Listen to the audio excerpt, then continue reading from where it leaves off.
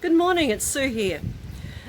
The topic that I'd like to actually talk to you today about is actually our equine welfare with regards to expectations and different learning stages that our horses are at, and also I can relate to that to children, people as well.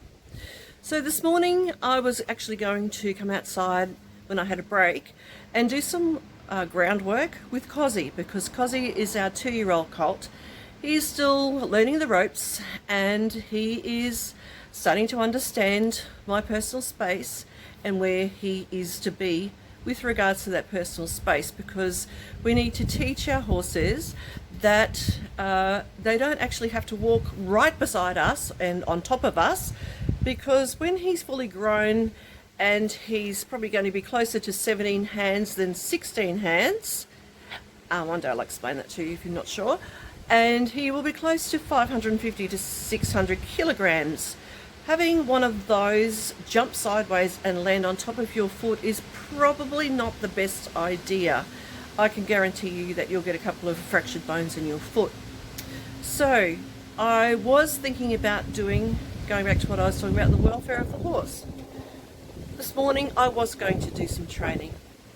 Once I looked outside and had a look at the weather, I then very quickly evaluated whether today was going to be the day to actually put that time in with him, because we have very, very gusty winds, sometimes up to around 30, 35 knots happening here at the moment. A young horse, so taking into consideration what he's already learnt, into consideration his age. He's not quite 2 years old yet, he'll be 2 in September. And also what he's already learnt, okay? With those things to get 3 things together and lots of big gum trees near my place, it would only take a big branch to come down and actually give him one hell of a fright. Probably me as well. I need to make sure, as far as the welfare for him goes, that it's no problem, he wouldn't have got hit on the head with it. But what the issue is that I need to look after his mental state so he always feels safe with me. He needs to see me as his leader, as the person, the go-to person, that whenever we're out somewhere, if something's going down, he comes to me, or he looks to me for support.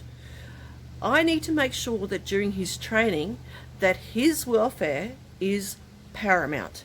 That is his mental state, keeping him nice and calm and collected, making sure that he's been fed and had water, and he gets some playtime and some downtime to think about things, as well as being in there working alongside with me.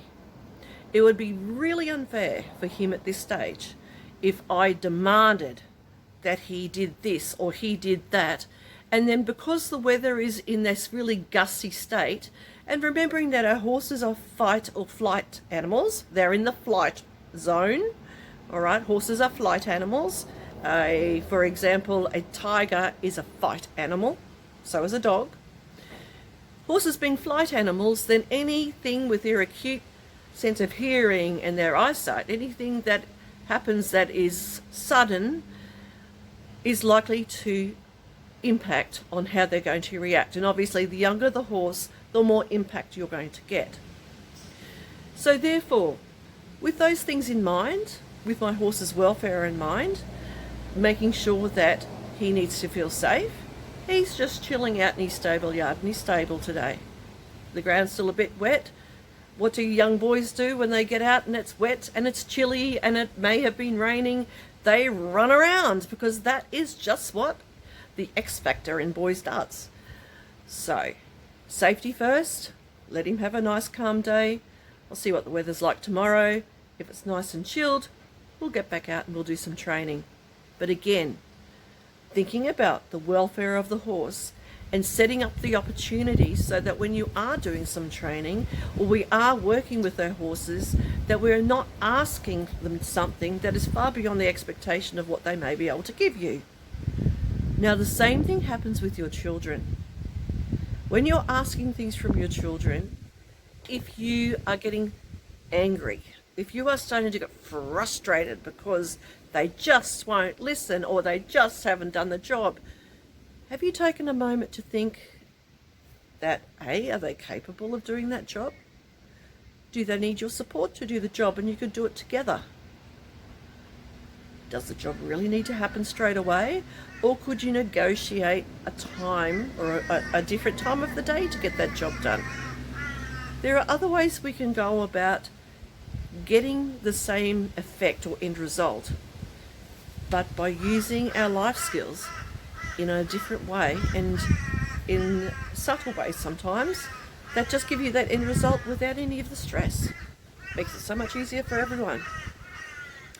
These are the sort of things, especially when families come together here, that families can really work on to strengthen their bond and to actually really understand how each other tick. Because you can see through going through the program, which are based on things like negotiating things, could be based on something like problems that you have to solve and you've got to solve it together. Working together like that really increases the bonds that families have. So if your family's up for a bit of a challenge and would like to come out and learn some of those skills together, please let us know. Positive Pathways, we're more than happy to have families here, and usually the families are a lot of fun, especially if you can get two families that might be cousins or aunties and uncles want to come along and join in the day. So I've gone on a little bit longer than what I thought today, but I think it's really important that, you know, when we're asking things of our kids and when we're asking things of the horses, there's no point getting cranky or stressed or fired up on the inside, because the horse doesn't understand why you're getting fired up and annoyed on the inside. He's just there trying to work out what it is that you want him to do. But for me, I've decided to take the welfare of the horse into consideration far above my time for training today. I can catch that up, and let's start again tomorrow when hopefully it won't be as windy. He's got his mind more on me than on everything else that's going around, because as a 2-year-old you just sort of have the attention span of a peanut.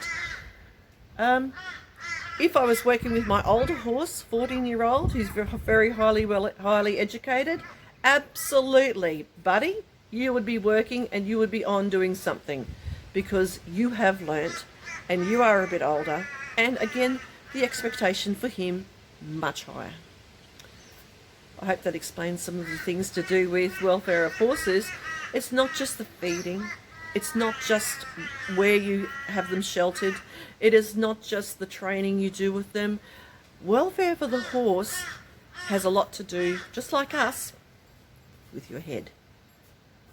You don't ask for more than what they can give you. Because if you do, something's going to mishmash somewhere and end up in just a big blob of nothing. Okay? Alright. Let's see what tomorrow brings. We'll see you then. Bye.